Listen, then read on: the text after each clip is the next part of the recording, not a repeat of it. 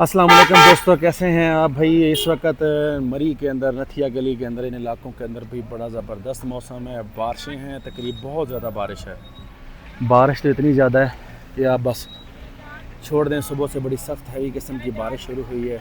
बारिश के साथ बादल सारा दिन इसी तरह, और सर्दी की शिद्दत में बड़ा सख्त इजाफा हुआ है।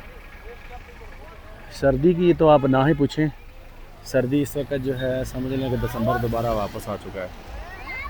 जैसे ही दिसंबर वापस आया मेरे भाई, यहाँ के लोगों के जो हैं किरायों के मुंह खुल जाते हैं दोबारा। अच्छा, यहाँ पे कमरों का यार सबसे बड़ा मसला चल रहा है, सफाई है नहीं है।